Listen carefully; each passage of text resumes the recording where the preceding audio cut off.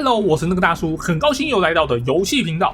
今天繼續帶來全軍破敵戰錘3的對戰影片。我看到這個非常可怕的單位，沒有錯，今天繼續使用的是混沌矮人這個種族啊。好，我們來看一下，這次使用的是灰白之王。這邊可以看一下帶的技能啊，火焰突襲。這個我覺得蠻有趣的，它跟高精靈那些龍的突襲不太一樣，我覺得蠻好玩的。等等，如果畫面有帶到的話，可以稍微看一下。然後這邊也是有提升能力的技能，然後還有這個轟炸型法術，這個炸起來感覺很過癮啊。然後還有這個減對方一些能力的技能，畢竟混沌矮人我真的很少使用，就出點單位來玩玩看。然後我們這邊看一下，主要就是這兩個炮兵花了非常多的錢。那首先是这一個鐵惡魔，上一場戰鬥已經有使用過了，它的攻擊距離很短，但是它的殺傷力非常的高昂，就是一個噴火的单位。它是噴着大量的火焰，把对方給燃燒殆盡的東西，直接把对方燒完。然後我們看一下，這個是舊炮，攻擊距離高達450，非常的遙遠。然後呢，它還有帶破甲傷害，還有怪物撞擊，減少速度、減少衝鋒速度都減60%，所以被打到的話，短時間內沒什麼衝鋒能力了。應該是這樣子理解的吧，畢竟混沌矮人我真的使用的次數真的太少了。然後這邊就是地精勞工，非常廉價的單位。然後這邊還有這個獸人勞工，也算是非常廉價的單位。我這邊前後一共是各出了5隊，然後這樣子大致擺開，總共我方出了10隊的廉價的肉盾，然後後面還有帶2隊這個寬刃火槍，非常強大的火槍兵，攻擊力很高，然後它的護甲也不低，算是非常好用的單位，只是造價1200，但是我覺得很對得起這個造價。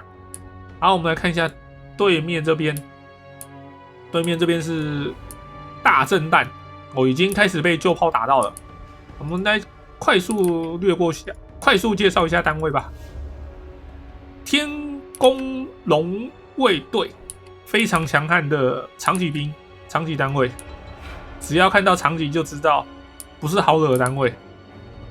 好，翠玉勇士3隊，比較基本的劍兵單位，拿着長劍，算是蠻基礎的單位，但是它輸出能力也不差，而且還帶着盾牌，有35%的格擋幾率，算不錯。好，這一隊應該是炮兵隊，火箭炮，它是射出去應該是類似帝國那一種的，散開的那一種的，如果我沒記錯的話，因為大震彈這個我比較少出。然後這邊後面來看一下，他出的是翠玉勇士拿着十字弩的版本，也就是算是比較基礎的弓箭手，然後攻擊距160，也算是蠻及格的，算 OK。荷槍手這就有點恐怖咯，因為他帶着這個破盾者，等於說如果你有遠程格擋能力，但是還是會被減掉24，減蠻多的。這個如果像是拿着銅盾減少35%，但是你遇到這個破盾者效果的話，被打下來基本上等於說是沒什麼格擋能力。然後它的攻擊這個遠程威力45，算不錯，很好，而且它是帶着破甲傷害。那這邊直接先暫停，對方大部隊在移動，不好介紹。好，帶了一隊單體巨獸單位，綠色守護者，兵馬俑精英版本，非常可怕的巨獸單位。那這邊稍微看一下，這個其實我很少會使用。哇，它竟然有這個使彈藥轉回去，等於說是類似一個反彈的感覺。這我倒是沒有注意過。不過我猜它應該是反彈的是弓箭那種箭矢啊。如果它可以反彈火炮，就有點誇張了。那這邊剛剛有介紹到，這個也有介紹到，翠玉勇士有介紹到，然後再來是英雄單位苗鷹，苗鷹它可以在人的形態跟龍的形態做一個切換。然後這邊看一下，它帶的是大地之血，然後還有大地之血吧，還有一個是一個補血術，看應該是帶這兩招。然後它切換成龍的形態的時候是不能使用這兩招的，大地之血跟再生术。它在這兩招一定要在人的形態，然後形態在切換的時候有那個一定的 CD 時間，幾秒我忘記了，反正它中間有一個 CD 時間，所以要在两個形態切換自己要多加注意。那兩個形態其實用法不太一樣。這邊呢，看一下，這邊是星象式，這蠻特別的。我要帶的是這一些法術，彗星，然後閃電劍，然後天宮彗星，等於說它是一個法術單位。這個是算是戰車嗎？其實我很納悶，這樣子應該算一個戰車單位。好，我們來開始進入決鬥吧。哇，這一個舊炮打下去，兩隊開花了。基本上這兩隊差不多算沒了。他那個舊炮攻擊力有夠可怕的。好。不過這一發下去似乎是沒有打到東西，我們再看一下，畢竟現在我方有着極大的優勢啊！這一發炮彈再下來看一下能打到什麼？好，什麼都沒打到，那個命中率有點堪憂啊！哦，他把廉價勞工炸成這樣子，不過沒有關係，給他炸。我無所謂，好像這種爆破型的，一定很希望對方這時候兵能夠聚集在一起，然後來一發大的。很可惜，這一發下去，其實傷害真的不是很高，沒有炸到什麼東西。對方的荷槍手已經在攻擊我方領主了。再看這一發下去打到什麼東西。很可惜，這一發什麼都沒打到。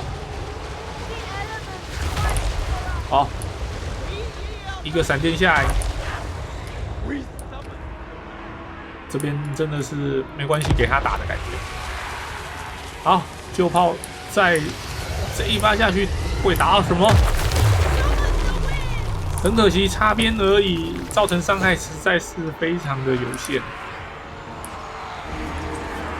這個鐵惡魔剛剛想過去，但是挨了幾槍，我發現這個感覺不太對，很危險，所以就開始往後撤。好，我們再看一下這一發炮彈下去，不行，這個沒有打到太多東西。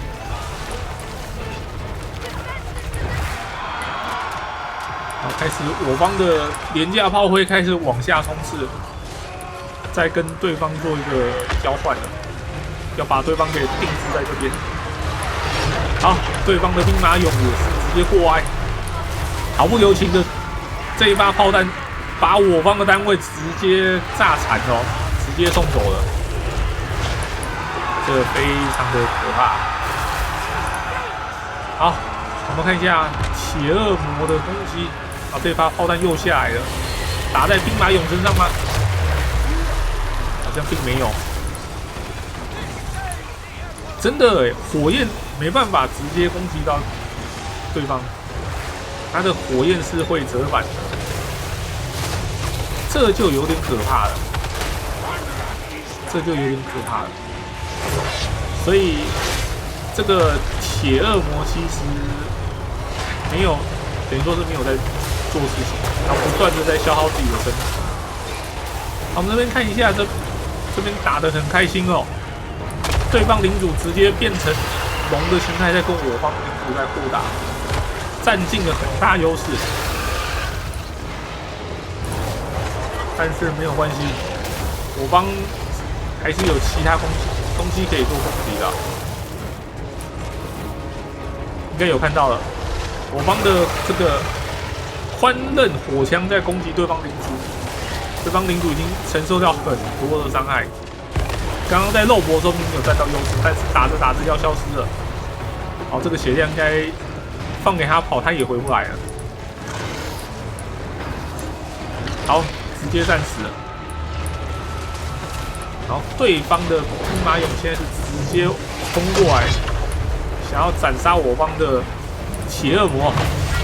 好，這個直接噴火焰下來啊！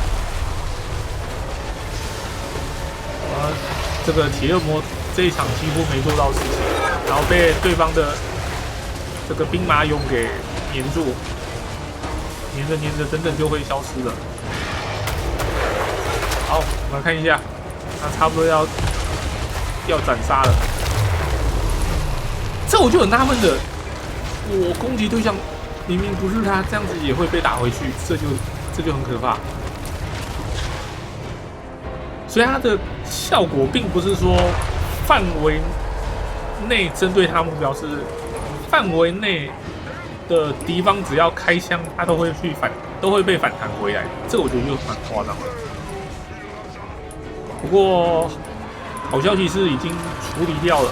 好，我們看一下這個火焰噴射。哦，這個荷槍手被燒了一下，其實士氣扣了不少。我們再看看，持續在做攻擊。這個針對這個士氣打擊很多。你看火焰燃燒的時候會減少對方8點士氣，這樣打的其實蠻可怕的。白講。好，現在戰力條是對方占盡優勢，在目前現在是對方有優勢狀態。好，這個時候又是發呆了。這個好像是我覺得很奇怪，就有時候點着單位就不知道為什麼都會發呆。好像燒過去一排，好像是燒到自己人的樣子吧。這個鐵惡魔現在血量非常的不健康，也非常的危險。只要對方弓箭手遠程單位只要肯過來摸個幾下，這台就會直接蒸發的。好，這個火焰完全沒有碰到任何東西，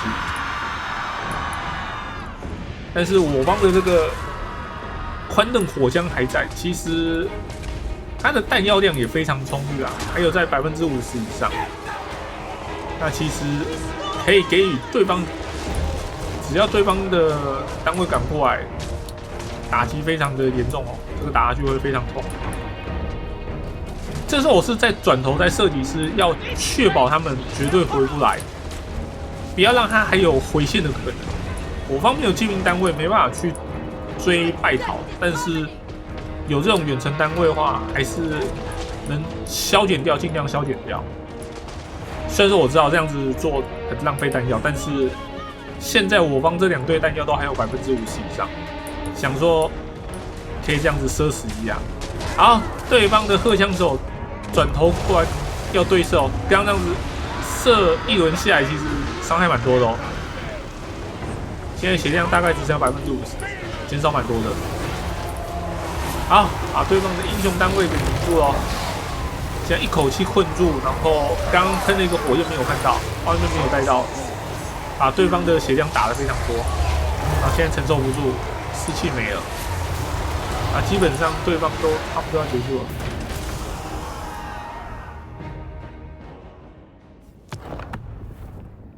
其實看完這個重構檔，我對於這個兵馬俑這個理解，我現在才是真正知道。當初原本以為它是只是反彈這些東西而已，但我沒有想到它竟然還可以反彈炮兵的，這我覺得有點厲害。不過它的距離只有以它為中心的35公尺，就範圍沒有很大，稍微有點可惜。好了，那以上就是今天的所有影片內容啊。如果喜歡我的影片，幫我點個讚，並且分享出去。我是那個大叔，我們下次再見，拜拜。